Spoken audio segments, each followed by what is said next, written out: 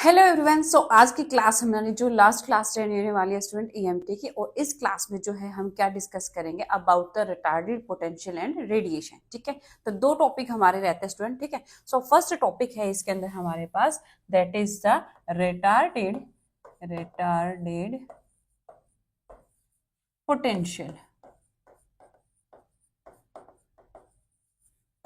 Retarded potential. ठीक है, तो सबसे पहले क्वेश्चन ये अराइज होता है स्टूडेंट कि रिटार्डेड पोटेंशियल क्या होता है। देखो जैसे कि नाम से ही क्लियर हो रहा है, रिटार्डेड मतलब कि जो पीछे रह जाए, एक ऐसा पोटेंशियल जो पीछे रह जाए, रिटार्ड हो जाए। जैसे हम रिटार्डेशन वर्ड यूज करते हैं नेगेटिव ऑफ एक्सेलरेशन के लिए। ठीक है, तो ये रिटार्डेड वर्ड देखो नेगेटिव ऑफ असलेशन है ना, मतलब जहां पे असलेशन है यानी कि चार्ज पार्टिकल हमारा जहां पे असलरेट कर रहा है, उसके अगर वो पीछे रह जाता है, उसके किसी टी टाइम पे पोजीशन जो है लेग बिहाइंड रह जाती है, तो उसी को हम क्या बोलते हैं, रिटार्डेड पोटेंशियल बोलते हैं। ठीक है, तो देखिए यहाँ पे मतलब क्या है। सबसे पहले अगर मैं बोलूं स्टूडेंट कि मेरे पास जो है charge particle, if charge particle is at a rest। ठीक है, अगर वो रेस्ट पे है और मूविंग विद कांस्टेंट वेलोसिटी। ठीक है, मूविंग विद कांस्टेंट वेलोसिटी, तो इन दैट केस जो retarded potential student, in that case retarded potential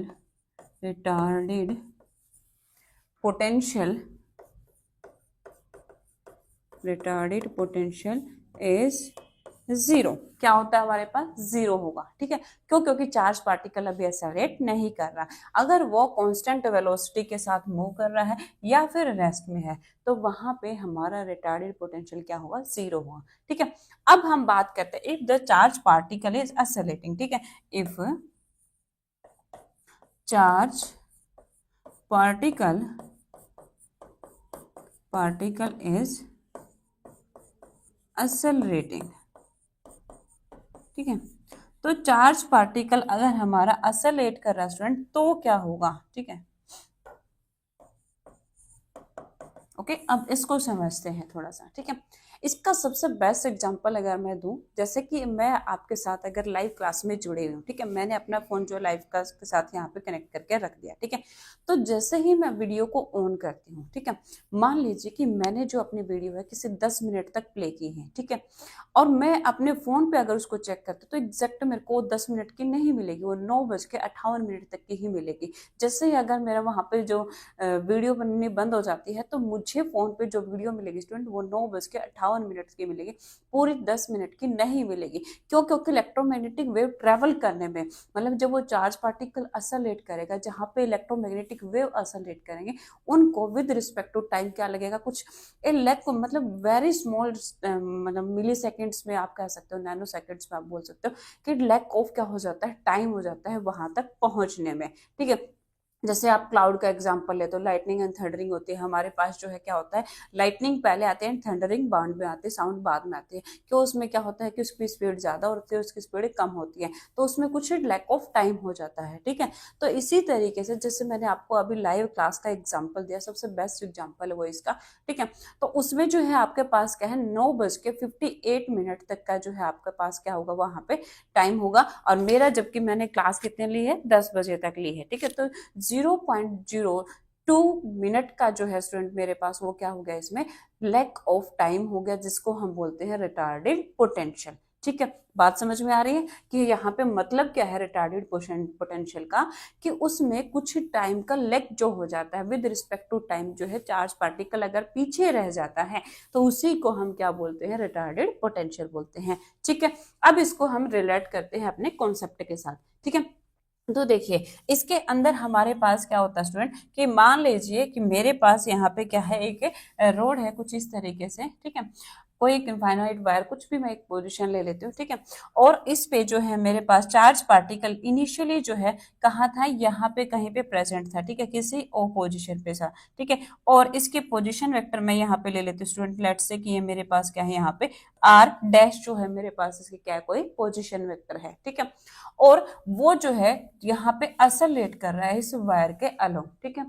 और दूसरा पॉइंट क्या है कि यहाँ पे हमारे पास क्या है, कोई पी पॉइंट है जहां पे चार्ज को ट्रांसलेट करना है, ठीक है।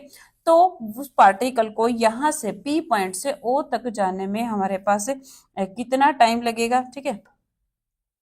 चार्ज पार्टिकल को पी से ओ तक जाने में कितना टाइम लगेगा, ठीक है। एक तो ये कंडीशन है मेरे पास, ठीक है। दूसरा मान लीजिए कि यहाँ पे वो चार्ज पार्टिकल हमारे पास पहुंच जाता है, ठीक है। वो चार्ज पार्टिकल जब मेरे पास यहाँ पे पहुंच जाता है स्टूडेंट, लेट्स से कि ये मेरे पास जो है यहाँ से यहाँ तक का जो डिस्टेंस है, लेट्स से कि यहाँ से यहाँ तक का जो मेरे पास ये डिस्टेंस है, वो मैं कितना ले लेती हूँ, यहाँ पे आर ले लेती हूँ, कोई आर में डिस्टेंस यहाँ पे ले लेती हूँ, ठीक है। तो देखिए स्टूडेंट, और इस डिस्टेंस को मैं यहाँ पे क्या ले लेती हूँ, किसी टी टाइम पे यहाँ से यहाँ तक पार्टिकल जो है हमारा जा रहा है, किसी ओ पोजिशन से पी पॉइंट तक किसी टी टाइम में चार्ज पार्टिकल जा रहा है, ठीक है। तो देखिए यहाँ से जो पार्टिकल जाएगा और यहाँ पे किसी टी टाइम के बाद जाएगा, तो यहाँ पे क्या होगा, उसका एक लैक ऑफ टाइम हो जाएगा, है ना, जिसको हम क्या बोलेंगे, रिटार्डेड पोटेंशियल बोलेंगे, ठीक है। सो यह मेरे पास क्या होगा, this is R equals to C T time में हमारे पास, क्योंकि सी क्या हमारे पास स्पीड ऑफ इलेक्ट्रोमैग्नेटिक वेव है, तो डिस्टेंस कितना ट्रेवल करेंगे वो टी टाइम में हमारे पास क्या हो जाएगा, सी इंटू टी हो जाएगा, जहां पे potential is a function of time होता है, जो है charge particle is oscillating with time, ठीक है। इसको बिल्कुल सिंपल लैंग्वेज में अगर मैं समझाऊं तो मान लीजिए जैसे मेरे पास यहाँ पे चार्ज पार्टिकल था T equals to zero time पे, पहले charge particle T equals to zero time पे मेरे पास ये पोजीशन थी इसकी, जैसे कि यहाँ पे ये पोजीशन है। फिर मैंने क्या बोला कि if the charge particle is क्या है, असलेट कर रहा है, ठीक है। तो किसी टी टाइम के बाद मेरे पास ये पोजीशन हो जाएगी इसे चार्ज पार्टिकल की, ठीक है। तो पहले यहाँ पे था मेरे पास T equals to zero time पे, और ये किसी टी टाइम पे मेरे पास चार्ज पार्टिकल यहाँ आ गया, ठीक है। तो देखो चार्ज पार्टिकल की वजह से फोर्स यहाँ भी उतना ही है और यहाँ पे भी फोर्स है उतना ही है, इस केस में भी फोर्स उतना ही है, इस केस में भी फोर्स उतना ही है। लेकिन अब पहले वाला जो केस है वो क्या कहलाएगा, ये वाला जो केस है वो मेरे पास यहाँ पे क्या कहलाएगा, this is retarded retarded potential, this is retarded potential, ठीक है। बात समझ आ रही है कि इससे पहले वाला जो केस है जो मैंने आपको बताया था 9:58 का जो मेरे पास है वो क्या कहलाएगा, यहाँ पे इसका रिटार्डेड पोटेंशियल कहलाएगा, ठीक है। भाई इससे पहले वाले जो टाइम पे हमारे पास कितना पोटेंशियल का लैक हुआ है, that is the retarded potential, और वही हमें यहाँ पे फाइंड आउट करना है, where potential as a function of time. जब हम बात करते हैं इलेक्ट्रोस्टैटिक की, when we talk about when we talk about when we talk about किसके बारे में, इलेक्ट्रोस्टैटिक्स पार्ट, ठीक है, इलेक्ट्रो और magnetostatic part, then charge, then potential is not a function of a time, ठीक है, is not a function of a time, ठीक है। वहां पे ये टाइम का फंक्शन नहीं होता क्योंकि वहां पे चार्ज पार्टिकल असलेट नहीं करेगा तो टाइम का फंक्शन वहां पे नहीं होगा, ठीक है। लेकिन जब हम बात करते हैं किसके लिए, फॉर द असलेटिंग चार्ज, ठीक है, but if we talk about accelerating charge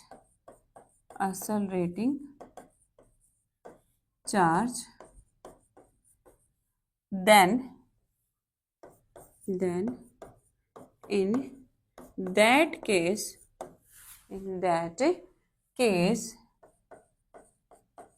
charge that case potential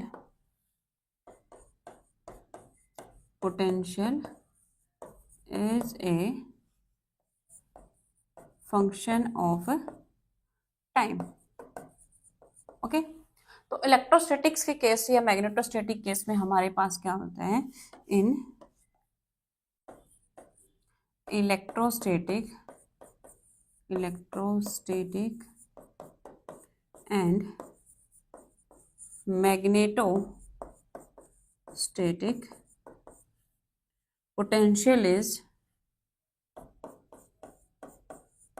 potential is given by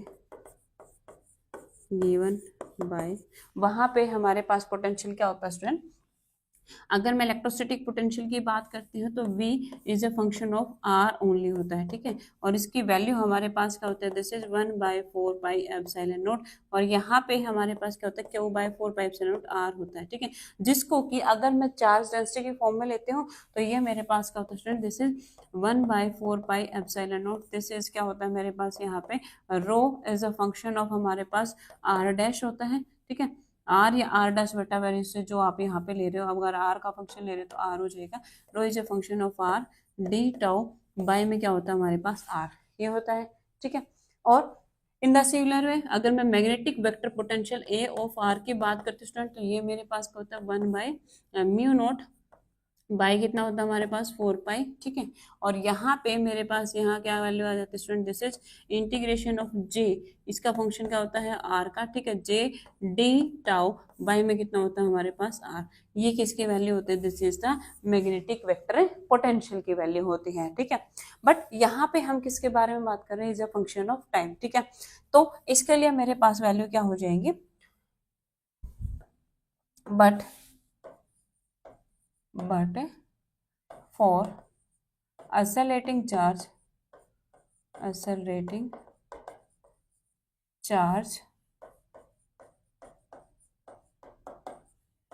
तो मेरे पास यहाँ पे मैग्नेटिक पोटेंशियल की अगर मैं बात करती हूँ, ठीक है, तो पोटेंशियल मेरे पास यहाँ पे क्या होगा, V is a function of R and T, ठीक है, अब R डैश और T डैश का ये मेरे पास फंक्शन हो जाएगा, ठीक है, सो V is a function of R dash and T dash, ये क्या हो जाएगा 1/4πε0, यहाँ पे क्या होता था rho is a function of R dash and T dash, ठीक है, R dash and T dash D tau dash by में हमारे पास क्या हो जाएगा, ये आर डैश हो जाएगा, ठीक है। इन the similar way vector potential की अगर मैं बात करती हूँ स्टूडेंट, तो ये मेरे पास क्या हो जाएगा, this is R dash T dash equals to μ0 by कितना होता है हमारे पास यहाँ पे 4π, एंड दिस इज यहाँ पे क्या हो जाएगा, J is a function of R dash T dash, ठीक है, यहाँ पे क्या हो जाएगा हमारे पास टी टाउ डैश, और यहाँ पे क्या student, this is R dash, ये मेरे पास इसके वैल्यूज होंगे, ये scalar potential and vector potential now will be the function of A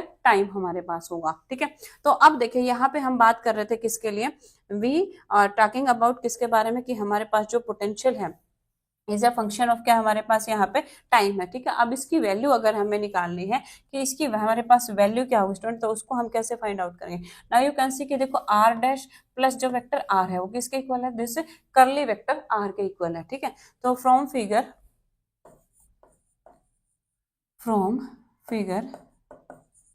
ठीक है, सो यू कैन सी कि R dash vector R dash, ठीक है, और प्लस में क्या हमारे पास है आर इज इक्वल्स टू क्या हमारे पास स्मॉल आर, ठीक है। तो यहाँ से हमारे पास क्या वैल्यू आ जाएगी, स्मॉल आर का मतलब क्या है यहाँ पे C T, so R dash plus में आर इक्वल्स टू हमारे पास क्या होगा स्टूडेंट यहाँ से C T, we want to find out what, किसकी वैल्यू हमें यहाँ पे निकालनी है, इसकी वैल्यू निकालनी है हमें यहाँ पे आर डैश की, ठीक है। तो आर डैश की वैल्यू मेरे पास क्या होगी, सी टी माइनस में हमारे पास यहाँ पे क्या हो जाएगा स्टूडेंट, किसकी वैल्यू निकालनी है हमें यहाँ पे आर डैश नहीं सॉरी इसकी, ठीक है, यहाँ पे हमें वैल्यू निकालनी है आर डैश, ठीक है। तो यहाँ से मेरे पास क्या हो जाएगा, दिस इज इसको आर डैश बाय क्या ले सकती हूँ मैं यहाँ पे सी, ठीक है, और इसको मैं क्या ले सकती हूँ यहाँ पे R by C equals to is a function of T, T की वैल्यू क्या रहता है ना, टी की वैल्यू मेरे पास क्या आ जाएगी आर डैश बाय सी और प्लस में आर बाय सी, ठीक है। बट यहाँ से हमें जो चाहिए वैल्यू वो किसकी चाहिए है, हमें यहाँ पे वैल्यू चाहिए आर डैश वाले फंक्शन की, ठीक है।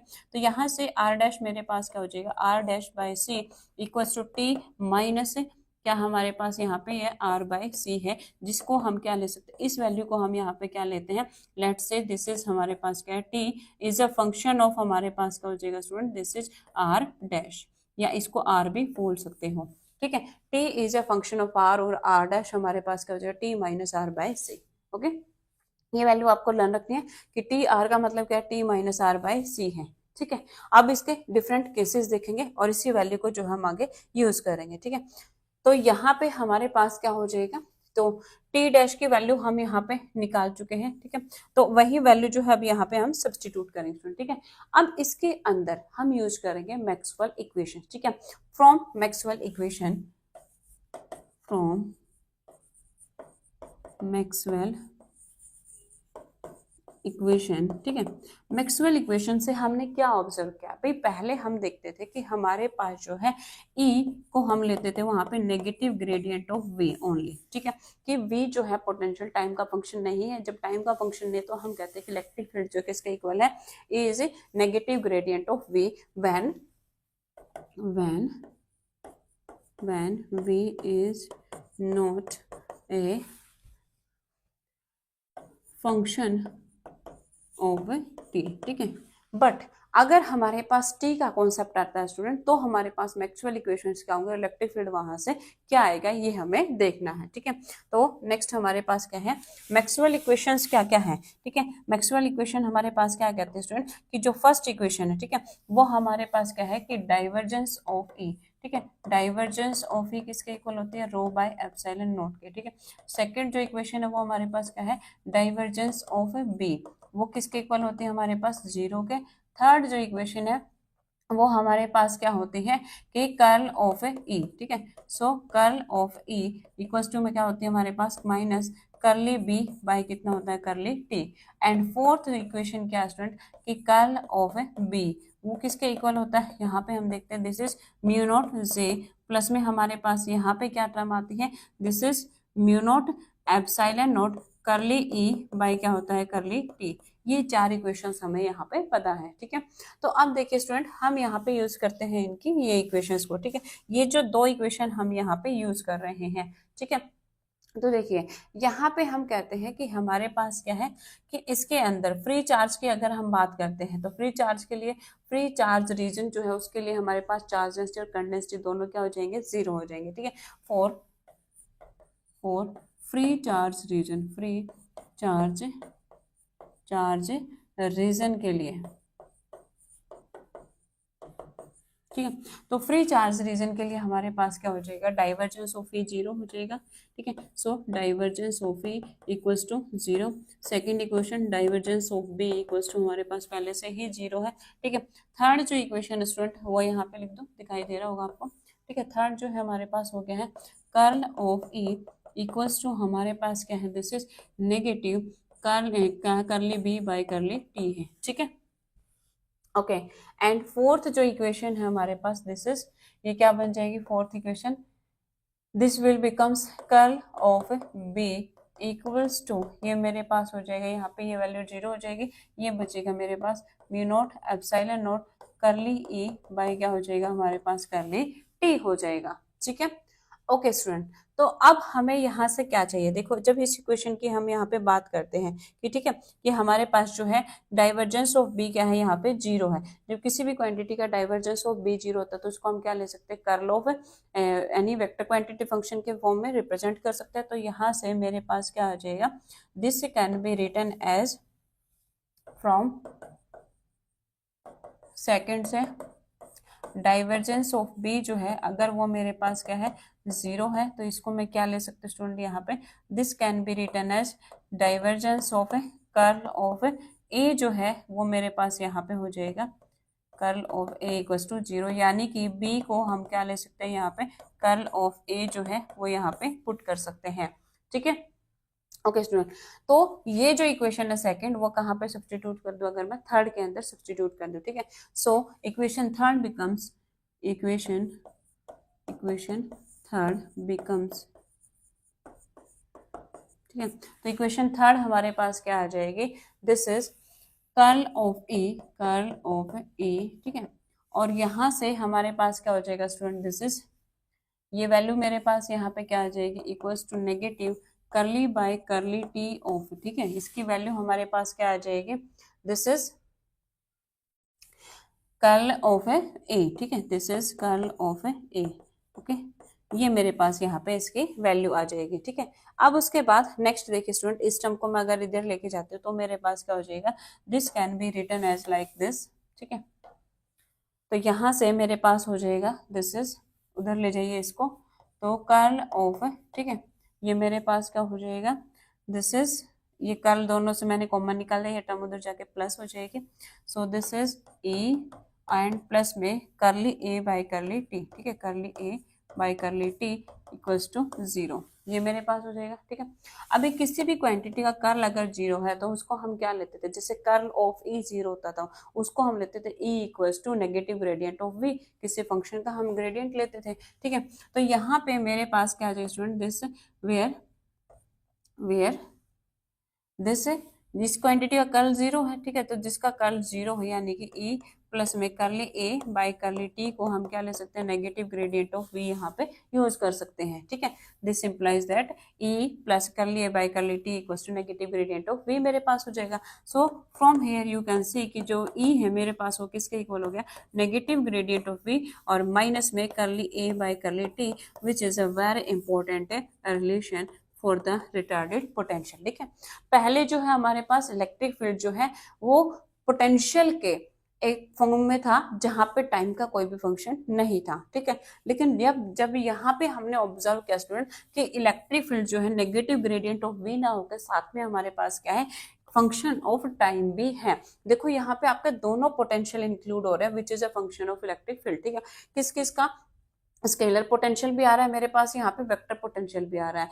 अब स्केलर पोटेंशियल को तो हम नहीं बोल सकते, लेकिन वेक्टर पोटेंशियल की हमारे पास एक वेक्टर क्वांटिटी है which is changing with respect to time, ठीक है। सो इस फंक्शन को जो है यहाँ पे हम यूज करने वाले हैं, ठीक है। तो कौन कौन सी इक्वेशन है जो आपके यहाँ पे यूज होंगी किसी भी वैल्यू को कैलकुलेट करने के लिए, ठीक है। तो एक तो मैग्नेटिक फील्ड कहीं पे भी आपको क्या क्या चीजें निकालनी होगी, you have to find out the, वहां पे इलेक्ट्रिक फील्ड आपको निकालना होगा, मैग्नेटिक फील्ड निकालना होगा, ठीक है। तो इन वैल्यूज के बेसिस पे जो है आप वहां पे कोई भी वैल्यू को निकाल सकते हो, इलेक्ट्रिक फील्ड निकाल सकते हो, मैग्नेटिक फील्ड निकाल सकते हो, जो वैल्यू आपसे पूछी जाती है वो वहां पे आप फाइंड आउट कर सकते हो इन दो वैल्यूज के, इन दो फॉर्मूला के बेस पे, ठीक है।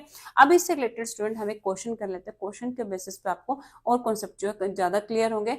वो क्वेश्चन भी है और वो इसका एक एक्सप्लेनेशन भी है जो बहुत बार एग्जाम में पूछा भी गया है, ठीक है। तो क्वेश्चन क्या है वो हम देख लेते हैं कि क्वेश्चन है आपके पास, उसी के अंदर मैं काफी सारे पार्ट करवा दूंगी, ठीक है। सो क्वेश्चन है आपके पास, फाइंड ई, ठीक है। ई आपको जो है एक पॉइंट पे फाइंड आउट करना है। चलो क्वेश्चन मैं आपको पहले लिख देती हूँ। ओके स्टूडेंट, तो हमारा क्वेश्चन क्या है, फाइंड ई एंड बी, ठीक है। हमें इलेक्ट्रिक फील्ड और मैग्नेटिक फील्ड निकालना है किसी पी पॉइंट पे due to a wire carrying current कितना है हमारे पास, आई ऑफ टी, जब इसको स्विच ऑन कर दिया जाता है किसी टी टाइम 0 पे, ठीक है।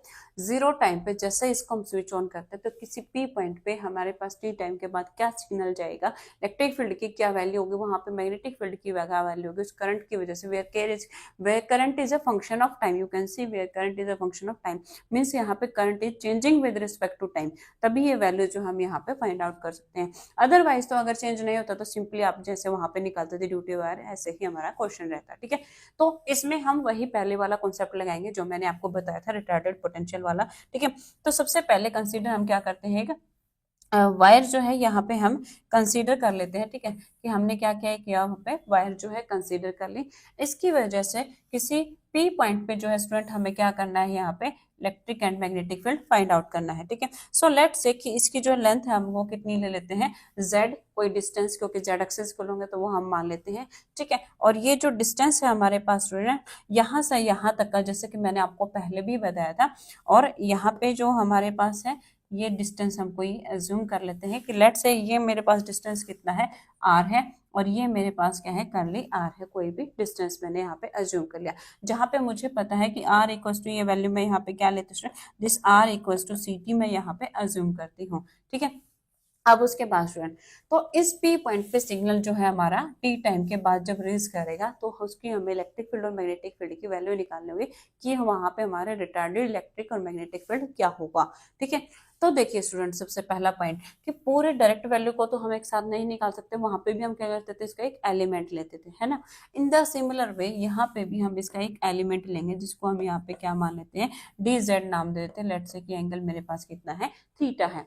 तो यहाँ पे जो पोटेंशियल है, इलेक्ट्रिक फील्ड है और मैग्नेटिक फील्ड है, वो किस किस के फंक्शन हमारे पास हो जाएंगे, आर थीटा एंड टी के फंक्शन हमारे पास है, ठीक है। तो अब देखिए स्टूडेंट, यहाँ पे जस्ट अभी मैं आपको पीछे इसकी वैल्यू निकलवा के आई थी कि R equals to where where R equals to हमारे पास यहाँ पे क्या है, सी एंड टी है, ठीक है। और रिलेशन निकालिए, इसके बीच में हमारे पास रिलेशन क्या होगा कि जेड स्क्वायर प्लस में हमारे पास क्या है, जेड स्क्वायर प्लस में हमारे पास क्या है, आर स्क्वायर इक्वल्स टू क्या है स्टूडेंट, मेरे पास this is C square T square. ये वैल्यू मैं ले सकता हूँ, this square plus this square equals to क्या है, सी स्क्वायर टी स्क्वायर है मेरे पास, ठीक है। तो यहाँ से मेरे पास अगर मैं जेड की वैल्यू निकालती हूँ, जेड क्या आ जाएगा स्टूडेंट, मेरे पास under the root C square T square minus में मेरे पास यहाँ पे क्या होगा, आर स्क्वायर होगा, जो किसकी वैल्यू होगी, प्लस है माइनस में होंगे। तो जेड की मिनिमम वैल्यू क्या हो जाएगी, जेड मिनिमम मेरे पास हो जाएगा यहाँ पे negative of C square T square minus में आर स्क्वायर, और जेड मैक्सिमम मेरे पास यहाँ पे हो जाएगा स्टूडेंट, दिस इज प्लस में C square T square minus में क्या होगा मेरे पास यहाँ पे आर स्क्वायर। ये मेरे पास इसकी वैल्यू हो जाएंगी, ठीक है। तो अभी जस्ट पीछे वाला जो मैंने आपको कॉन्सेप्ट करवाया था, ठीक है, इसमें हमने क्या ऑब्जर्व किया था स्टूडेंट, इसमें हमने ऑब्जर्व किया था कि हमारे पास एक टी आर की वैल्यू आई थी, है ना, हमारे पास जो टी आर की वैल्यू आई थी, ठीक है। तो उसमें हमने क्या देखा था कि यहाँ पे हमने ऑब्जर्व किया था, ये जो टी आर था जो किसके इक्वल था, T minus R by C, ठीक है। तो ये जो फंक्शन है स्टूडेंट हमारे पास, ठीक है, जो पहला केस अगर मैं लूंगी, यहीं से देखो, अगर मैं टी की वैल्यू को, की टी को अगर मैं क्या लेती हूँ, लेस देन जीरो लेती हूँ, तो हमारे पास सिग्नल जा ही नहीं पाएगा, है ना। तो पहले केस में हमारे पास ये ले लिए और बी दोनों ही क्या हो जाएंगे, जीरो हो जाएंगे। दूसरा केस क्या है, लेस देन जीरो के लिए, दूसरा केस क्या है कि हमारे पास टी की वैल्यू जब आर बाई सी से लेस देन है, जब टी की वैल्यू आर बाय सी से लेस देन है, तो टी आर मेरे पास वहां पे क्या होगा, देखो क्या हो जाएगा, नेगेटिव हो जाएगा। नेगेटिव का मतलब सिग्नल भी अभी तक भी वहां पे नहीं पहुंच पाया, तो फिर से वहां पे इलेक्ट्रिक और मैग्नेटिक फील्ड क्या हो जाएंगे, जीरो हो जाएंगे। केवल हमारे पास इनकी वैल्यू कब एग्जिस्ट करेगी स्टूडेंट, केवल तभी एग्जिस्ट करेगी जब टी आर मेरे पास यहाँ पे क्या होगा, पॉजिटिव। इसको हमेशा ध्यान रखना, कोई भी क्वेश्चन है जिसमें आपके पास टी आर अगर पॉजिटिव है तो आपका सिग्नल पहुंच पाएगा और वहीं पे आपको वैल्यू मिलेगी। अब वो आपको देखना है कि अगर आपके पास क्या है, होल वायर है, जैसे कि एक सिंपल वायर है और करंट तो असलेट कर रहा है, चार्ज पार्टिकल असलेट कर रहा है यहाँ पे, तो हमारे पास पूरी वायर की अगर मैं बात करती हूँ तो वहां पे हमारे पास कितना है, टोटल चार्ज जीरो है, क्योंकि होल वायर तो क्या है, इलेक्ट्रिकली न्यूट्रल है। Whole wire is electrically neutral, तो पोटेंशियल उसका तो हमारे पास क्या हो जाएगा, जीरो हो जाएगा। जस्ट वहां पे हमें क्या मिलेगा, इसका मैग्नेटिक वेक्टर पोटेंशियल मिलेगा। इलेक्ट्रिक पोटेंशियल जो है वो क्या हो जाएगा, जीरो हो जाएगा। केवल मुझे वहां पे क्या मिलेगा स्टूडेंट, उसका मैग्नेटिक वेक्टर पोटेंशियल मिलेगा, ठीक है। पहला केस जब लेस देन जीरो है तो दोनों ही जीरो होंगे। दूसरा केस जब टी जो है मेरे पास आर बाय सी से लेस देन है तो भी हमारे पास दोनों जीरो होंगे, क्योंकि सिग्नल नहीं पहुंच पाएगा। थर्ड केस जब टी मेरे पास आर बाई सी से ग्रेटर है तो वहां पे टी आर क्या होगा, पॉजिटिव होगा। वहां पे मैग्नेटिक वेक्टर पोटेंशियल तो एग्जिस्ट करेगा, लेकिन स्केलर पोटेंशियल एग्जिस्ट नहीं करेगा। रीजन क्या है, क्योंकि पूरी वायर जो है स्टूडेंट वो मेरे पास क्या इलेक्ट्रिकली न्यूट्रल है। कॉन्सेप्ट क्लियर हो आप सभी को, ठीक है। तो यही चीज जो हम यहाँ पे यूज करेंगे, ठीक है। तो इसी में हम केस लेते हैं, तो केसेस हम देखते हैं स्टूडेंट। पहला केस क्या है, केस फर्स्ट, इसमें सारी चीजें मैं आपको साथ साथ, मतलब एक ही क्वेश्चन ऐसा है कि इसी में सारी चीजें आपको एक्सप्लेन हो जाएंगी, फिर किसी तरह का भी क्वेश्चन है डायरेक्ट आपको कर सकते हो, ठीक है। तो पहला केस हमारे पास क्या, व्हेन टी इज, क्या है हमारे पास, व्हेन टी इज क्या है, लेस देन जीरो है, ठीक है। जब टी हमारा जीरो से लेस देन स्टूडेंट, तो उसमें हमारे पास क्या होगा, in that case scalar potential where r is a function of t and magnetic vector potential a is a function of r and t, दोनों ही मेरे पास यहाँ पे क्या हो जाएंगे, जीरो हो जाएंगे, ठीक है। केस सेकंड की हम बात करते हैं, ठीक है। तो केस सेकंड जो है वो मेरे पास क्या होगा स्टूडेंट, कि when t is less than r by C, ठीक है। तो t r बाय सी से भी अगर लेस देन होगा तो भी हमारे पास जो है T R, this implies that T R जो है वो मेरे पास क्या हो जाएगा, नेगेटिव हो जाएगा। तो फिर से V of R T and A of R T की वैल्यू जो है वो मेरे पास क्या होगी, 0, because signal can't reach at point P. ठीक है, पी पॉइंट तक वो सिग्नल नहीं पहुंच पाएगा। ठीक है, केस थर्ड क्या स्टूडेंट हमारे पास, केस थर्ड इंपॉर्टेंट है, यहीं से हमारी सारी कैलकुलेशन निकल के आएगी। ठीक है, केस थर्ड क्या है, व्हेन आर इज क्या है हमारे पास, टी, सॉरी, ठीक है, when T is greater than क्या है हमारे पास, आर बाय सी है। ठीक है, तो टी जब हमारे पास आर बाय सी से ग्रेटर होगा तो इस केस में मेरे पास टी आर जो है वो पॉजिटिव हो जाएगा। ठीक है, और इसके पॉजिटिव होने की वजह से ए ऑफ आर टी की वैल्यू जो है वो नॉट इक्वल टू 0 होगी, but V of R T जो है स्टूडेंट वो मेरे पास 0 होगा, because whole wire is electrically neutral।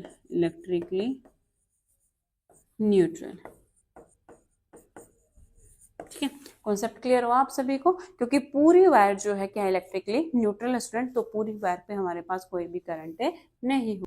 अब हम निकालते स्टूडेंट इसका वेक्टर पोटेंशियल। ठीक है, तो वेक्टर पोटेंशियल हमारे पास क्या होगा, यहाँ पे ए ऑफ आर टी। ठीक है, सो ए ऑफ आर टी हमारे पास क्या होता है, म्यू नॉट बाय 4 पाई। ठीक है, और यहाँ पे हम क्या लेते हैं स्टूडेंट, आई के बाय आर के फॉर्म में लेते हैं। ठीक है, सो आई बाय आर। ठीक है, और यहाँ पे आई इज अ फंक्शन क्या हुआ हमारे पास, टी। ठीक है, और डायरेक्शन हमारे पास क्या है इसकी स्टूडेंट, डी जेड। ठीक है, क्योंकि हम इस डायरेक्शन में निकाल रहे हैं, डी जेड डायरेक्शन में। Okay, so I of T को अब यहाँ पे हम डिफाइन कर लेते हैं। ठीक है, तो जो क्वेश्चन हमें दिया था उसके according I of T equals to क्या है हमारे पास, आई नोट है व्हेन टी इज क्या है, ग्रेटर देन 0 है, and when T is less than 0 student, तो उस टाइम पे करंट वहां पे प्रेजेंट नहीं है। ठीक है, तो टी इज ग्रेटर देन 0 के लिए अब ये हम वैल्यू निकालेंगे। ठीक है, so for T is greater than 0। ठीक है, तो टी इज ग्रेटर देन 0 के लिए हमारे पास क्या आ जाएगा, A of R T, A of R T. ठीक है, जो हमारे पास फंक्शन है ए ऑफ आर टी बोल सकते हैं, सिंपल ए बोल सकते हो अब इसको, तो म्यू नॉट बाई हमारे पास क्या है, दिस इज 4 पाई। ठीक है, सो आई नॉट इसको मैं ले सकती हूँ स्टूडेंट, यहाँ पे कंडीशन लगा दी मैंने, इनटू में क्या हो जाएगा हमारे पास डी जेड। ठीक है, और डायरेक्शन की मैं बात करती तो जेड कैप डायरेक्शन में है मेरे पास। अब आर की वैल्यू सब्सटीट्यूट कर दीजिए। ठीक है, सो आर की वैल्यू मेरे पास क्या है, आर की वैल्यू है मेरे पास यहाँ पे this R equals to under the root small R square curly R square plus में जेड स्क्वायर। ठीक है, तो यही वैल्यू जो है हम यहाँ पे सब्सटीट्यूट कर देते हैं। ठीक है, सो अंडर द रूट करली आर स्क्वायर प्लस में क्या है मेरे पास यहाँ पे जेड स्क्वायर है। ठीक है, बस अब इसको सिंप्लीफाई कर दीजिए। इंटीग्रेशन कहाँ से कहाँ होगा, क्योंकि देखो पूरा जेड के रिस्पेक्ट में, तो जेड की minimum value to maximum value पे इंटीग्रेट होगा। मिनिमम और मैक्सिमम ऑलरेडी हम निकाल चुके हैं, तो मिनिमम वैल्यू हमारे पास इसकी आई थी यहाँ पे, this is under the root, minimum क्या आई थी, negative of root C square T square minus R square से, यानी कि वही माइनस, जैसे कि हम बोलते हैं minus infinity two plus infinity वाला जो केस होता है। ठीक है, उसी तरीके से, या minus x two plus x, जो भी आप वैल्यू लेते। ठीक है, सो ए वेक्टर पोटेंशियल हमारे पास क्या हो जाएगा, mu naught I not by में कितना हमारे पास यहाँ पे स्टूडेंट 4 पाई। ठीक है, सो इंटीग्रेशन हमारे पास क्या हो जाएगा, रूट नेगेटिव में C square T square minus में करली आर स्क्वायर, और यहाँ पे क्या हमारे पास under the root C square T square minus में करली आर स्क्वायर, ये पॉजिटिव वैल्यू है। ठीक है, और यहाँ पे क्या है डी जेड बाई में under the root R square plus में जेड स्क्वायर, ये और डायरेक्शन क्या है जेड कैप, ये है मेरे पास। ठीक है, ओके स्टूडेंट, तो under the root X square plus A square का इंटीग्रेशन क्या होता है, पहली बात तो फंक्शन देखो कैसा है, इवन है, तो ये वैल्यू को हम 0 टू इन्फिनिटी लेके 0 टू एक्स लेके, और यहाँ पे डबल वैल्यू इसकी ले सकते हैं। ठीक है, सो ए मेरे पास यहाँ पे क्या हो जाएगा, म्यू नॉट आई नॉट, ठीक है, बाय में कितना हो जाएगा हमारे पास यहाँ पे 2 पाई हो जाएगा यहाँ पे, ठीक है, और 0 टू ये मेरे पास वैल्यू आ जाएगी under the root C square T square minus में आर स्क्वायर, और यहाँ पे मेरे पास क्या हो जाएगा student, this is D Z, by में under the root R square plus में क्या स्टूडेंट मेरे पास है जेड स्क्वायर जो है इसके वैल्यू है, ठीक है। अब इसको इंटीग्रेट कर दीजिए यहाँ पे, तो मेरे पास इसके इंटीग्रेशन की वैल्यू क्या होगी, this is A equals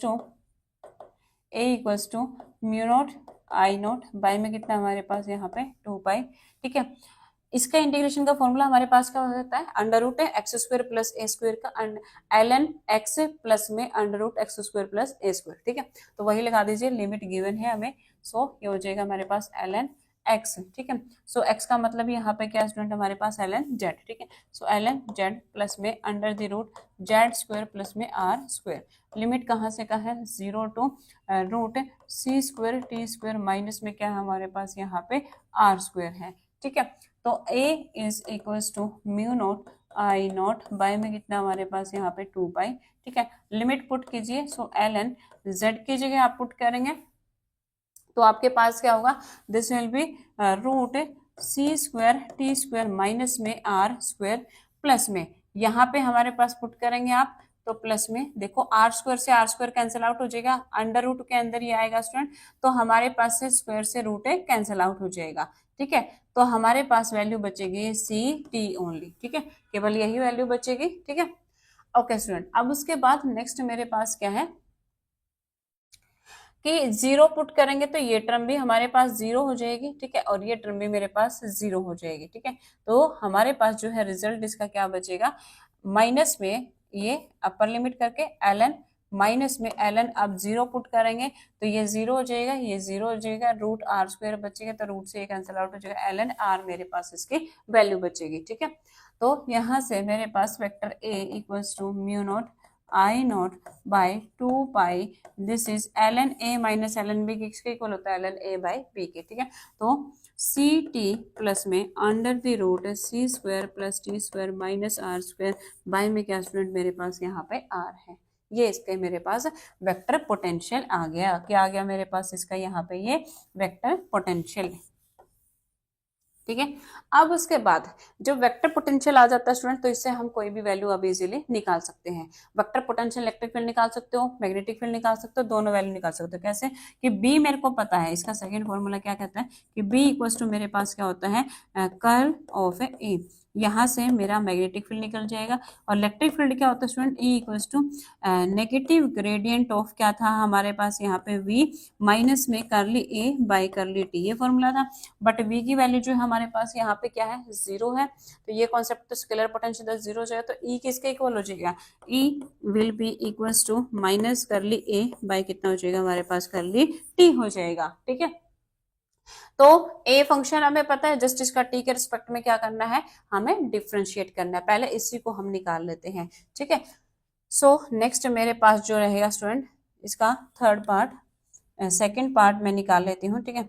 so second part मेरे पास है इसका कि हम यहाँ पे निकाल रहे हैं दिस इज ई, ठीक है, E equals to negative curl of क्या हमारे पास ए है, ठीक है, so E equals to negative curly by curly T of, यहाँ पे क्या था हमारे पास mu naught I naught by कितनी वैल्यू थी इसकी 2 पाई, ठीक है, और एल एन बाय में एल एन इंटू में हमारे पास क्या था student, this is C T plus में under the root C square T square minus में आर स्क्वायर था, क्या था,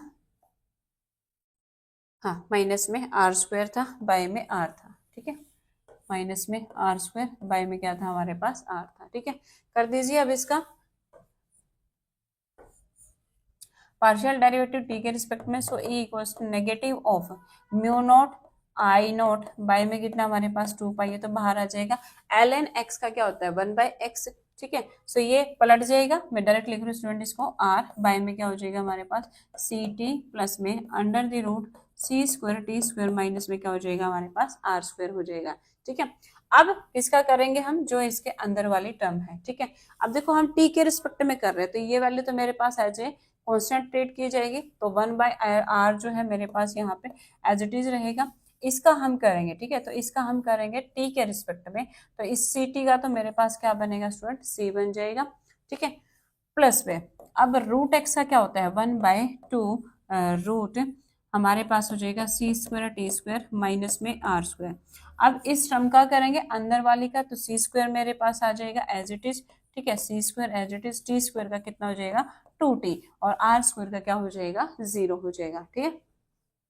सो यहाँ से मेरे पास E इक्वल्स टू क्या वैल्यू बचेगी, this is minus mu naught I naught by में कितना है हमारे पास 2 पाई। तो देखो R से R जो टर्म है वो कैंसिल आउट होगा स्टूडेंट, ठीक है। तो यहाँ से मेरे पास बचा दिस इज 1/ct प्लस में root C square T square minus में क्या हमारे पास है आर स्क्वायर, ये वैल्यू बचेगी, ठीक है। अब इसको यहाँ से सिंप्लीफाई कर लीजिए। सो आपके पास यहाँ से क्या आएगा, दिस इज 2 से 2 जो है आपके यहाँ पे भी टर्म कैंसिल आउट हो रही है, ठीक है, 2 से 2 जो है ये कैंसिल आउट हो गया। तो आपके पास यहाँ पे एलसीएम लेंगे, ठीक है। सो एलसीएम में आपके पास यहाँ से क्या आ जाएगा, दिस इज वही root C square T square minus में क्या हमारे पास यहाँ पे आर स्क्वायर है, ठीक है। तो सी को इससे हम मल्टीप्लाई करेंगे, सी कॉमन भी निकाल सकते हो आप चाहो तो सी को मैंने कॉमन ही निकाल लिया, एक सी कॉमन आ गया तो यहाँ पे 1 बचेगा, 1 को इससे मल्टीप्लाई करोगे तो root C square T square minus में आर स्क्वायर, ठीक है। और यहाँ पे एक सी हम निकाल चुके, एक ही सी बचेगा, सो सी इंटू टी, ठीक है। नाउ यू कैन सी कि ये दोनों जो टर्म है हमारे पास स्टूडेंट, ठीक है, ये दोनों जो है इनको हम यहाँ पे कैंसिल आउट कर सकते हैं, ठीक है। तो हमारे पास यहाँ पे इलेक्ट्रिक फील्ड की वैल्यू आ गई, this is E equals to negative of mu naught I naught C by में 2 pi and this is under the root C square T square minus में आर स्क्वायर, ये मेरे पास आ गया इसके इलेक्ट्रिक फील्ड की वैल्यू, ठीक है। क्लियर हो गया, इसको नोट डाउन कर लीजिए। अब हम निकालते हैं स्टूडेंट किसके लिए, फॉर द वेक्टर पोटेंशियल के। इलेक्ट्रिक फील्ड हम निकाल चुके हैं, यहाँ पे वेक्टर पोटेंशियल को यूज करेंगे और हम यहाँ पे निकालेंगे मैग्नेटिक फील्ड, ठीक है। तो मैग्नेटिक फील्ड हमारे पास क्या आएगा स्टूडेंट, देखिए हमें पता है कि B किसके इक्वल होता है, we know that B equals to हमारे पास क्या होता है, this is curl of A होता है, ठीक है। अब A जो है हम निकाल चुके हैं, बट एक पॉइंट क्या है इसमें जो इम्पोर्टेंट है, वो डायरेक्शन का पॉइंट जो है काफी इंपॉर्टेंट है स्टूडेंट इसके अंदर, ठीक है। जैसे कि मेरे पास ये है, तो हम जब यहाँ पे वेक्टर पोटेंशियल निकालते हैं, जो हमने ए की वैल्यू निकाली थी, ठीक है।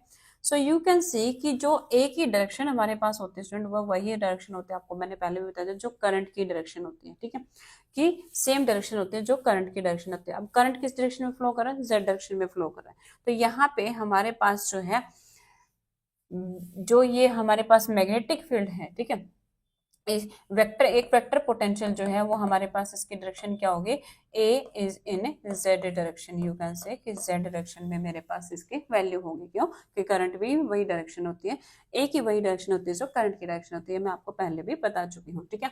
अब उसके बाद नेक्स्ट पॉइंट हमारे पास क्या आता है स्टूडेंट, कि इस बेसिस पे अगर हम इसका वेक्टर पोटेंशियल निकालेंगे, क्योंकि वायर कैसे होते हैं, सिलेंड्रिकल होते हैं, सिलेंड्रिकल वायर के लिए हम कौन सा कॉन्सेप्ट यूज करेंगे, आर पाई एंड जेड वाला, इस चीज का आपको हमेशा ध्यान रखना है, कहीं इसको कार्टेशियन कोऑर्डिनेट में ले लो, नहीं गलत हो जाएगा आपका पूरा, ठीक है।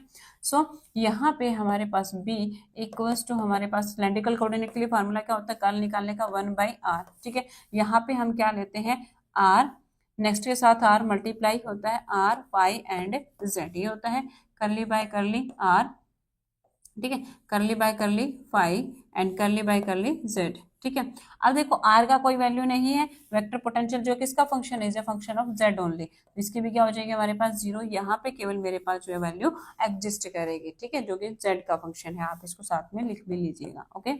अब उसके बाद इसको सिंप्लीफाई कीजिए स्टूडेंट, तो यहाँ से वेक्टर बी इक्वल्स टू मेरे पास आ जाएगा 1/r, ठीक है, इसको सिंप्लीफाई कीजिए, ठीक है। तो देखो इसको जब हम ऐसे करेंगे, आर कैप के रिस्पेक्ट में करेंगे तो इसी कॉलम को छोड़ेंगे 0 हो जाएगा, फाई कैप के रिस्पेक्ट में करेंगे स्टूडेंट तो यू कैन सी कि ये फिर से 0 हो जाएगा, जेड कैप के रिस्पेक्ट में करेंगे तो हमारे पास ये टर्म जो है ये 0 हो जाएगी, ठीक है। केवल किसके रिस्पेक्ट में जो है हमारे पास यहाँ पे वैल्यू बचेगी कि ए जो है वो किस किस का फंक्शन है, हमारे पास जेड का भी है, ठीक है। इसको देखो जब हम यहाँ पे इसको सिंप्लीफाई करेंगे तो हमारे पास क्या आ जाएगा, देखो आर कैप के रिस्पेक्ट में करेंगे तो curly by curly phi of this, curly by curly of Z of this, ये मेरे पास वैल्यू आ जाएगी, ठीक है, जो कि 0 हो जाएगी। अब हम कर रहे हैं फाई कैप के रिस्पेक्ट में। जब फाई कैप के रिस्पेक्ट में करेंगे स्टूडेंट तो curly by curly R of A Z हमारे पास होगा, ठीक है, जो कि मेरे पास वैल्यू इसकी एग्जिस्ट करेगी because A is also a function of R, ठीक है। तो यहाँ से मेरे पास जो डायरेक्शन इसकी रहेगी स्टूडेंट वो रहेगी फाई कैप, क्योंकि फाई कैप में वैल्यू बचेगी, बाकी सभी जीरो हो जाएंगे। बचेगी क्या, देखो बाहर क्या है हमारे पास आर फाई कैप है, ठीक है, इसी रो और इसी कॉलम को छोड़ेंगे तो curly by curly R of A and curly by curly Z zero हो जाएगा। सो करली by curly R of A जो हमारे पास किसका फंक्शन है, इसको हम ए भी बोल सकते हैं और आर भी बोल सकते हैं, इसका हमारे पास क्या है फंक्शन है, ये मेरे पास वैल्यू एग्जिस्ट करेगी।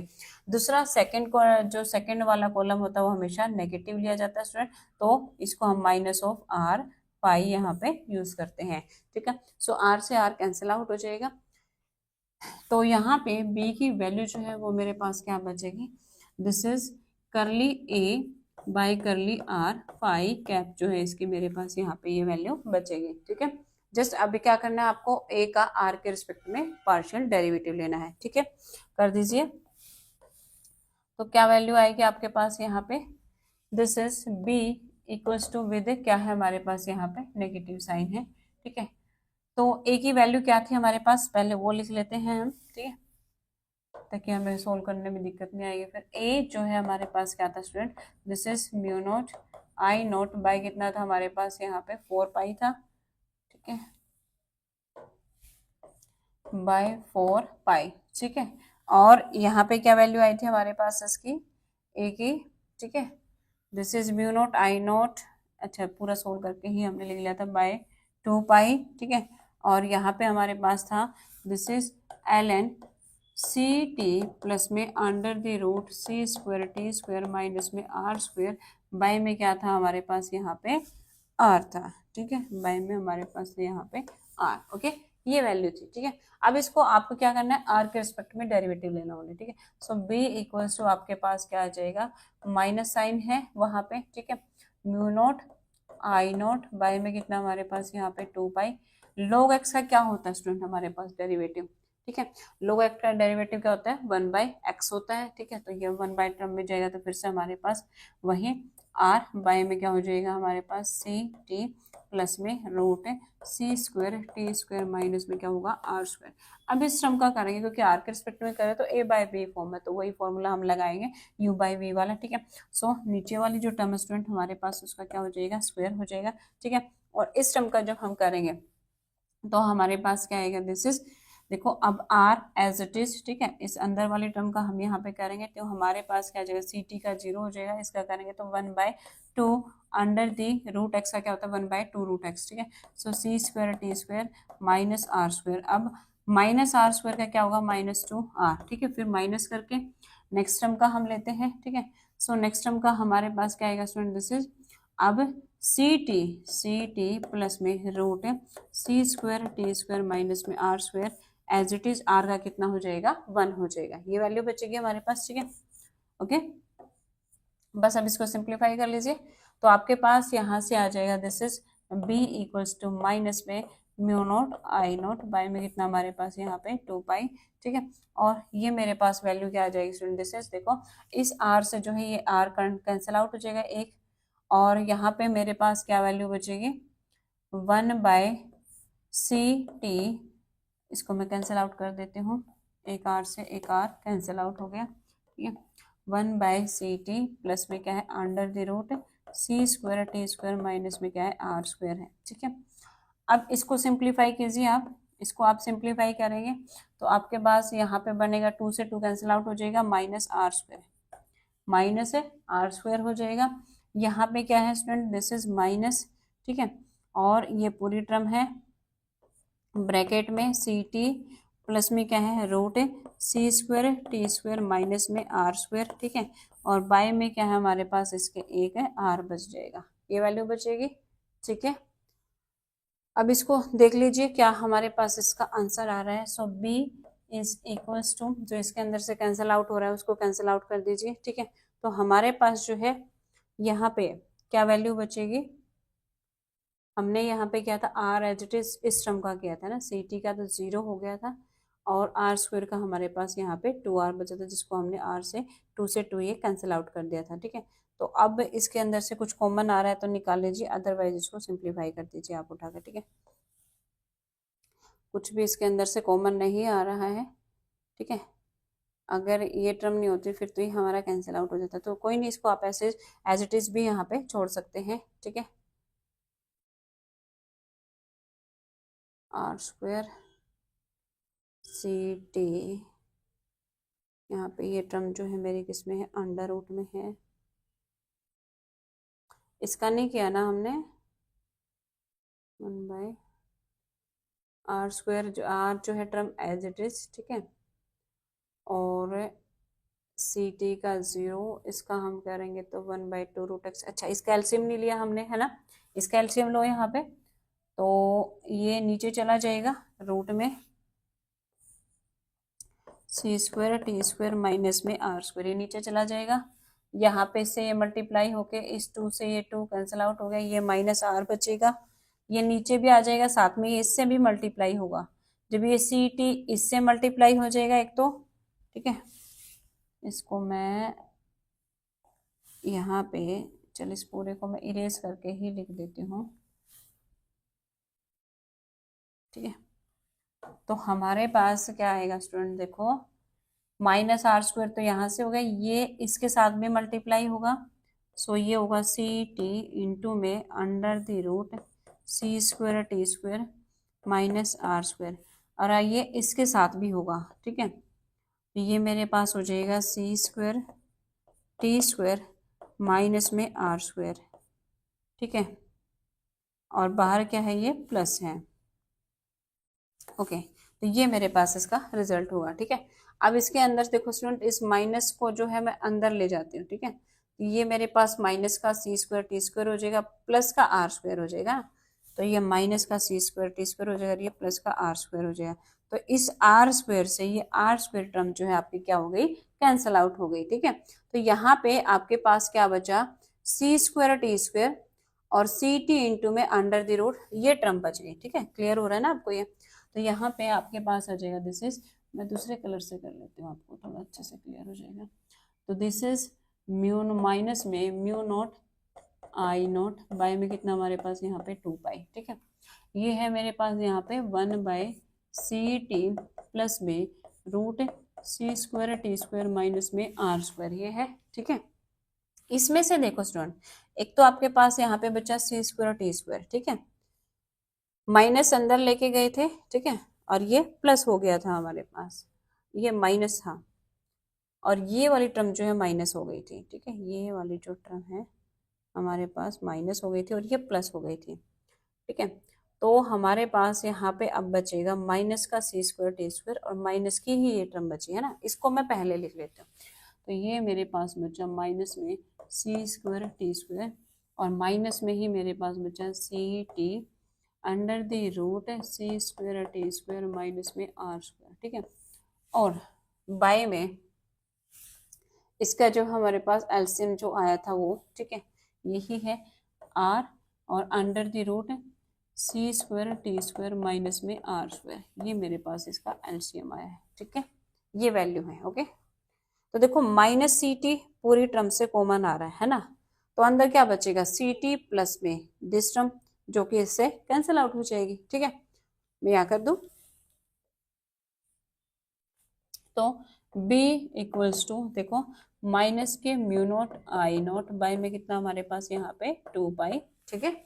और देखो इस टर्म में से प्लस सी टी कॉमन निकाल दे तो ये इससे कैंसिल आउट हो जाएगा ना, वही मैं कर रही हूँ, मैंने प्लस सी टी कॉमन निकाल दिया, तो मेरे पास स्टूडेंट यहाँ पे क्या बचेगा, सी टी एंड प्लस में अंडर द रूट, यहाँ पे मेरे पास बचा ये c²t² माइनस में r², बाय में क्या है हमारे पास, ये r इंटू में क्या है हमारे पास, this is under the root c²t² minus में r², ठीक है। और साथ में क्या है हमारे पास यहाँ पे, ये वाले टर्म सी टी प्लस में under the root c²t² minus में r², ये है, ओके।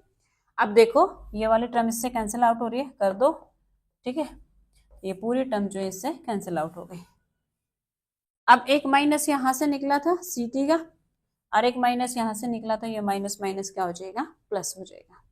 ठीक है, तो रिजल्ट क्या बचा स्टूडेंट हमारे पास, mu naught I naught C T by 2 pi into में दिस टर्म। ठीक है, इसको लिख लीजिए। So B equals to, result हमारे पास बचेगा यहाँ पे B equals to mu naught I naught by में कितना था, 2 था क्या, ये था हमारे पास mu naught I naught by 2 pi. ठीक है, mu naught I naught by 2 pi and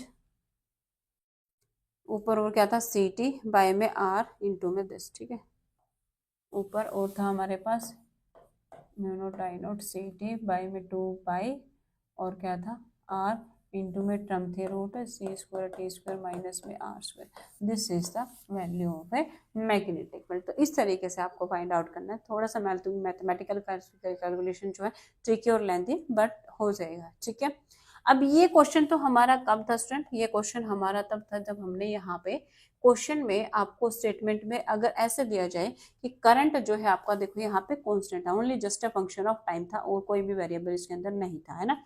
यही क्वेश्चन जो है आपको एक और तरीके से दिया जा सकता है, मैं आपको बता देती हूँ हिंट देके, वो आपको खुद से ट्राई करना है। ठीक है, यही क्वेश्चन जो है आपको ऐसे भी दिया जा सकता है, क्वेश्चन नंबर 2 इसको आप लिख लेते हैं। ठीक है, कि क्वेश्चन में आपको कैसे दिया जा सकता है कि करंट जो है टाइम का फंक्शन है, लेकिन अब इसके साथ कोई ना कोई वैल्यू आपको दी होगी, टाइम की वैल्यू भी आपको दी होगी, के टी जेड कैप, ये डायरेक्शन अब आपको दे दी, साथ में के टी एक फंक्शन दे दिया जैसे कि। ठीक है, तो अब आप इसमें देखो टी जो है इसमें फंक्शन भी दे दिया, वहां पे तो आई नोट फंक्शन था, आई नोट को बाहर ले लेते तो सिंप्लीफाई करने में आपको इजी रह गया था। तो अब इसको कैसे करोगे, बहुत इजी है, ये भी जस्ट उस फॉर्मूले के अंदर पुट करो और इसको सिंप्लीफाई करो। ठीक है, तो फॉर्मूला आपके पास यहाँ पे भी वही बात है कि स्केलर पोटेंशियल तो इसका 0 हो जाएगा। ठीक है, बट अगर मैं वेक्टर पोटेंशियल की बात करती हूँ, ठीक है, तो वेक्टर पोटेंशियल हमारे पास क्या होता है, this is mu not by कितना होता है हमारे पास, ये 4 पाई। ठीक है, यहाँ पे हम इंटीग्रेशन लेंगे तो यहाँ पे आई बाई क्या लेते हैं हम, यहाँ पे आर लेते हैं। सो I is a function of किसका लेते हैं हम, यहाँ पे टाइम का लेते हैं, साथ में डी जेड। आई की वैल्यू यहाँ पे आप सब्सटीट्यूट कर दो। सो ए इक्वल्स टू, ये मेरे पास हो जाएगा म्यू नॉट बाई 4 पाई, क्या फंक्शन है, कांस्टेंट के तो बाहर आ जाएगा, यहाँ पे मेरे पास क्या बचेगा स्टूडेंट, दिस इज के टी। ठीक है, और डी जेड, ध्यान रहे जी जो फंक्शन है वो किसका हो जाएगा, is a function of R का फंक्शन हो जाएगा, बाय में क्या हमारे पास आर। ठीक है, अब इस टी आर की वैल्यू आपको पता है, what is T R, T R निकाल चुके हो, इसीलिए मैंने कहा था कि इसको आप लर्न रखना। ठीक है, टी आर की वैल्यू जो है आपने वो क्या निकाले थे स्टूडेंट, इसके अंदर ये रहे। ठीक है, टी आर की वैल्यू आपने निकाली थी, this is T minus R by C, वही वैल्यू जो है आप इसके अंदर यहाँ पे पुट करेंगे। ठीक है, तो इसके अंदर आप यहाँ पे सब्सटीट्यूट कर देंगे T minus R by C, and then in the similar way आप इसको क्या करेंगे, फिर सिंप्लीफाई करेंगे, जस्ट आपको इंटीग्रेट ही करना है, डायग्राम वही सेम रहेगा, सारी चीजें सेम रहेंगे। ठीक है, सो यहाँ से आपके पास A equals to this is mu naught K by में कितना हो जाएगा आपके पास यहाँ पे 4 पाई।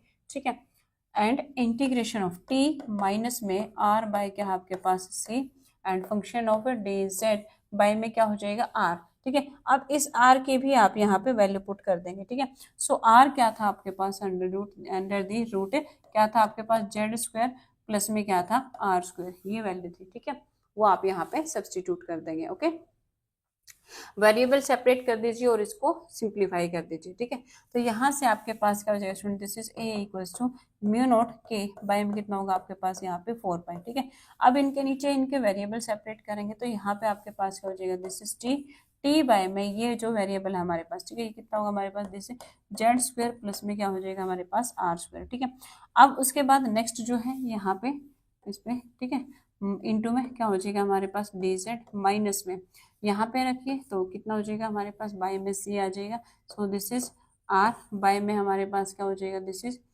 सी under the root Z square plus में आर स्क्वायर, ये इंटू में डी जेड, ये मेरे पास इसकी वैल्यू होगी। ठीक है, अब उसके बाद नेक्स्ट जो है ए equals to mu naught K bye कितना होगा हमारे पास यहाँ पे 4 पाई। ठीक है, अब इसको कैसे सिंप्लीफाई करेंगे आप। ठीक है, तो टी बाय में क्या हमारे पास Z square R square under the root, value कहाँ से कहाँ रहेगी, टी जो है हमारे पास वैल्यू कहाँ से कहाँ, वही Z minimum to Z maximum, जैसे कि क्योंकि जेड का फंक्शन है तो Z minimum to Z maximum हमारे पास इसकी वैल्यू रहेगी, वो आपको पता ही है, under the root C square T square minus R square होती है, ठीक है। और यहाँ पे हमारे पास क्या हो जाएगा student, this is T by में अंडर द रूट, यहाँ आपके पास क्या आएगा, this is Z square plus में क्या हो जाएगा आर स्क्वायर डी जेड, इनकी वैल्यू पता है, सब्स्टिट्यूट कर दोगे, ठीक है, माइनस में।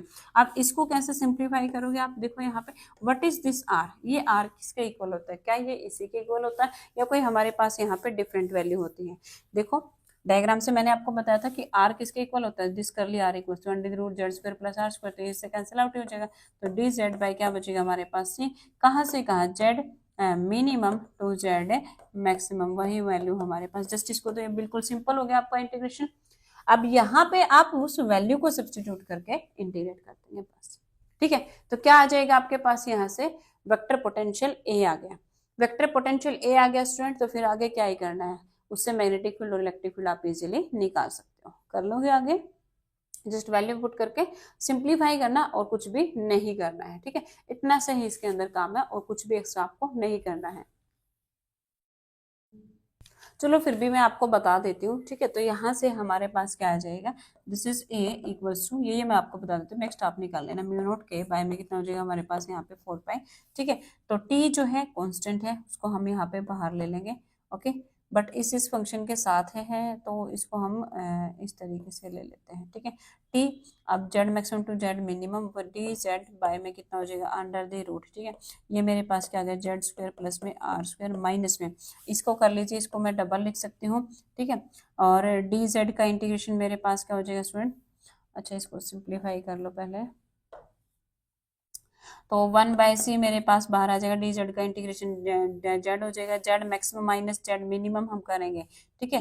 तो हमारे पास इसकी वैल्यू क्या आ जाएगी, इसको हम ऐसे करते थे ना, रूट है C square T square minus में आर स्क्वायर, वो माइनस में होती थी नीचे वैल्यू, तो माइनस माइनस प्लस हो जाएगा, सी स्क्वायर टी स्क्वायर माइनस में आर स्क्वायर, इसका तो डायरेक्ट है ये हो जाएगा, ठीक है। अब इसका कैसे करोगे, देखो नीचे वाले का डिफरेंशिएशन वही ऊपर है, तो इसको वो आप उस मेथड से भी कर सकते हो, अदरवाइज डायरेक्ट आप डी जेड बाई जो है root Z square plus A square वाला फॉर्मूला लगा के भी कर सकते हो, सब्सटीट्यूशन मेथड से भी कर सकते हो, इसका डायरेक्ट फॉर्मूला मैंने आपको बताया हुआ है, ठीक है। सो ए इक्वल्स टू म्यू नोट के बाय में कितना हमारे पास यहाँ पे 4 पाई, ठीक है। तो टी तो जो है वो तो एज इट इज बाहर आ जाएगा, ठीक है।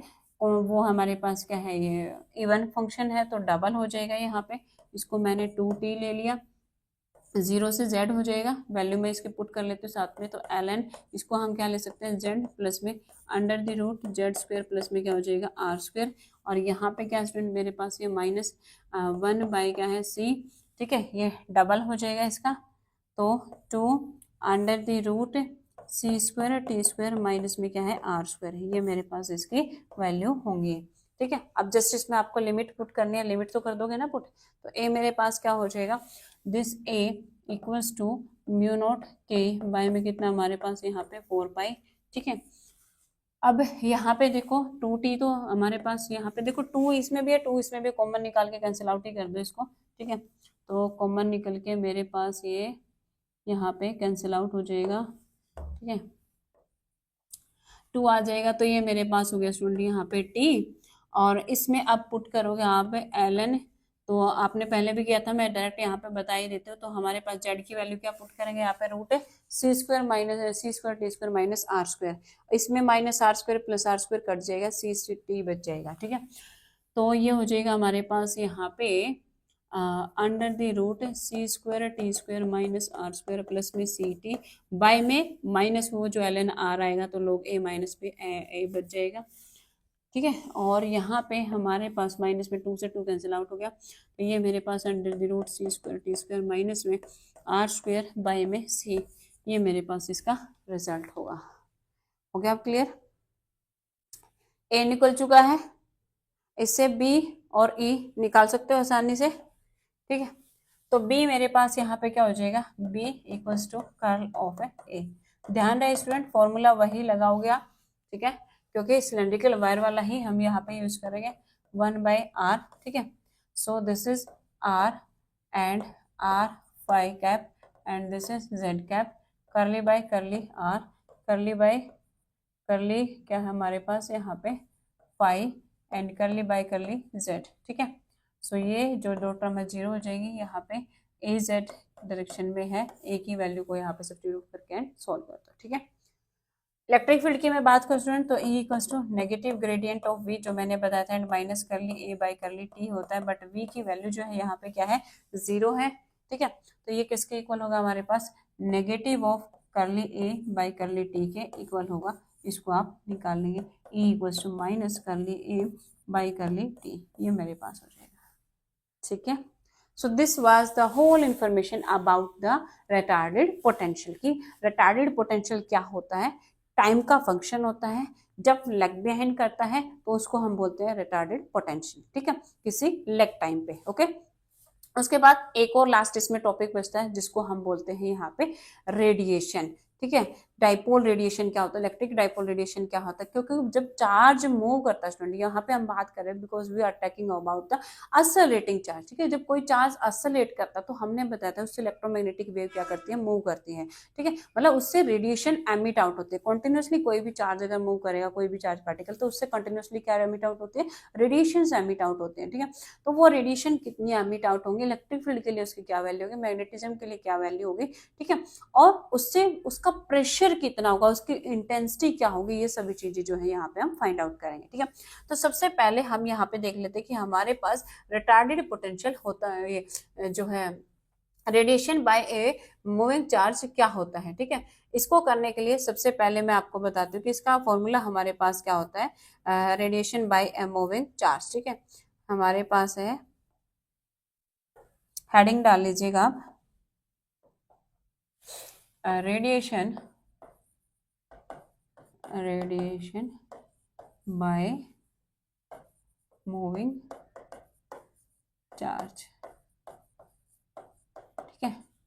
सो क्या होता है, when A charge particle accelerate, ठीक है, when a charge particle accelerate, then it emits out a radiation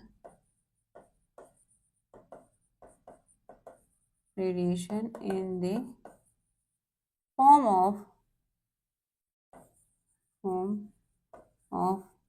electromagnetic waves, ठीक है। जब एक चार्ज पार्टिकल एक्सेलरेट करता है स्टूडेंट, तो इससे रेडिएशन एमिट आउट होते हैं, इलेक्ट्रोमैग्नेटिक वेव की फॉर्म में भी हो सकती है, ठीक है। तो उसकी वैल्यूज क्या होगी वो हम यहाँ, इसको हम निकालेंगे किसकी हेल्प से, with the help of the Poynting vector, ठीक है।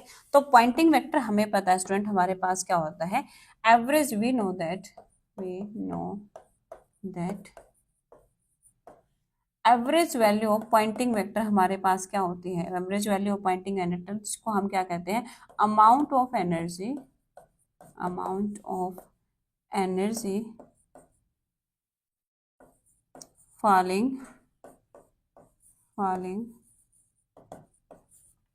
per unit area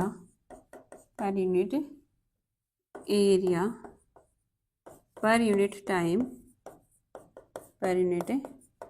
टाइम, जो कि हमें क्या देता है, इसके average value Poynting vector S देता है, जहां पे एस को हम डिफाइन करते हैं student, this is defined by E cross H, जिसको कि हम क्या लेते हैं, E cross B by mu naught की फॉर्म में भी ले सकते हैं, ठीक है। तो यहाँ से बहुत बार एक क्वेश्चन जो पूछा जाता है उसको हम देख लेते हैं, ठीक है। जब हम बात करते हैं किसके लिए, for the electric dipole radiation के लिए, ठीक है। तो इलेक्ट्रिक डाइपोल रेडिएशन के लिए हमारे पास क्या होता है, यहाँ पे इलेक्ट्रिक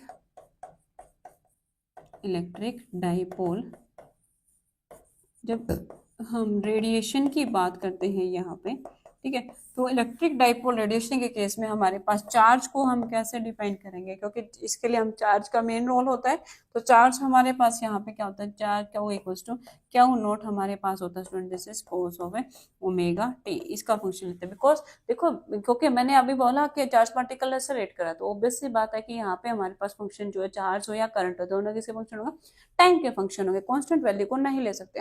तो क्या इक्वल्स टू क्या हो जाएगा, क्या note cos of omega T मेरे पास हो जाएगा, ठीक है। इसकी हेल्प से फिर हम यहाँ पे देखेंगे कि हमारे पास जो इलेक्ट्रिक पोटेंशियल क्या होगा, ठीक है, वेक्टर पोटेंशियल क्या होगा, ये सब चीजें हम निकालेंगे। मैं इनकी वैल्यू आपको बताऊंगी क्या होती है। लेकिन यहाँ से इंपॉर्टेंट पॉइंट क्या है स्टूडेंट, यहाँ से इंपॉर्टेंट पॉइंट ये है कि जब आप इसको सिंप्लीफाई यहाँ से करोगे, मतलब इसका डाइपोल मोमेंट पी निकालो, तो डाइपोल मोमेंट क्या होता है हमारे पास, पी चार्ज मल्टीप्लाई में सेपरेशन, ये वैल्यू होती है यहाँ पे, ठीक है। तो चार्ज हमारे पास क्या स्टूडेंट, इसका चार्ज हमारे पास है, this is Q not cos of omega T into में सेपरेशन कितना हो गया हमारे पास यहाँ पे डी हो गया, ठीक है। तो dipole moment P Q not into D क्या दे देगा, पी नॉट। तो यहाँ से पी इक्वल टू मेरे पास आ जाएगा P not cos of omega T, ये मेरे पास इसका आ गया डाइपोल मोमेंट है पी, ठीक है। अब उसके बाद नेक्स्ट पॉइंट क्या कहता है स्टूडेंट कि यहाँ से इंपॉर्टेंट है कि साइन ई जो है, ई किसके डायरेक्टली प्रोपोर्शनल होता है, ये इस डायरेक्टली प्रोपोर्शनल होता है साइन थीटा बाय आर के, किसके डायरेक्टली प्रोपोर्शनल होता है, sine theta by R. Most important इस फॉर्मूले को आप हमेशा लर्न रखिएगा, और ये क्वेश्चन एग्जाम में 2 से 3 बार पूछा गया है। बताऊंगी क्या क्वेश्चन पूछा गया। इलेक्ट्रिक फील्ड जो directly proportional sine theta by R के, ठीक है। इन द सिमिलर वे अब मैं बात करती हूँ मैग्नेटिक डाइपोल रेडिएशन, ठीक है, मैग्नेटिक, इनमें मैं आपको बेसिक बेसिक चीजें बता रही हूँ, साथ में मैं आपको फॉर्मूला भी बताऊंगी, वो मैंने आपको दिए हैं अभी नोट्स में। मैग्नेटिक डाइपोल रेडिएशन, ये वो इंपॉर्टेंट चीजें जो आपको हर हालत में लर्न रखनी ही रखनी है, डायरेक्ट क्वेश्चन बनते हैं यहाँ से, ठीक है। तो मैग्नेटिक डाइपोल रेडिएशन में अब हमारे पास क्या हो जाएगा स्टूडेंट, यहाँ पे देखो करंट की बात करेंगे यहाँ पे हम, तो करंट हमारे पास क्या हो जाएगा, I equals to I naught cos of omega T. जैसे वहां पे हम चार्ज की बात कर रहे थे, यहाँ पे हम करंट की बात करेंगे, ठीक है।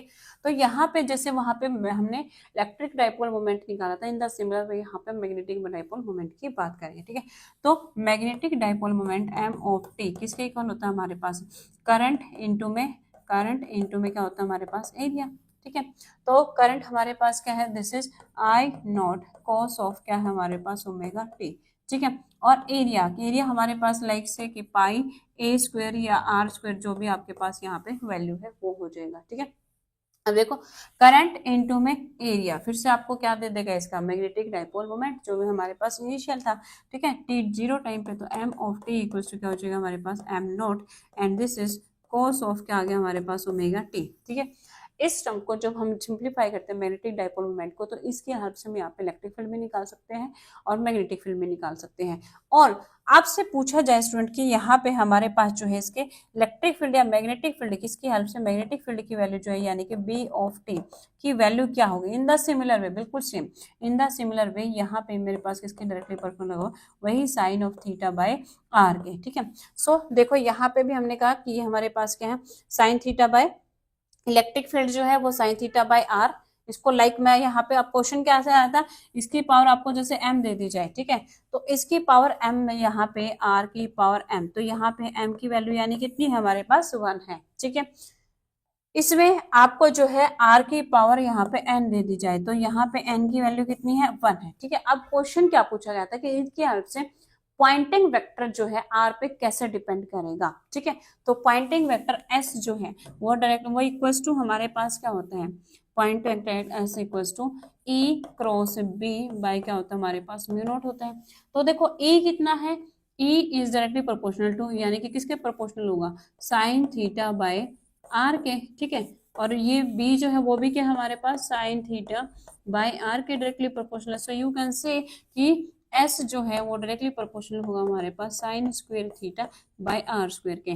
तो यहाँ पे अब पूछा जाए कि आपसे इसके किसके प्रोपोर्शनल होगा, जैसे कि आपको दे दिया जाए z क्या है, या कोई भी वैल्यू पूछी जाए तो वो आपके पास क्या है, दैट इज 2, यानी आर स्क्वायर के क्या होगा, इनवर्सली प्रोपोर्शनल होगा। ये क्वेश्चन एग्जाम में आपसे पूछा गया है 2 से 3 बार, ठीक है। अब उसके बाद नेक्स्ट जो है हमारे पास यहाँ पे टोटल पावर, अगर रेडिएशन की बात आ जाती है, ठीक है, तो टोटल पावर रेडिएटेड,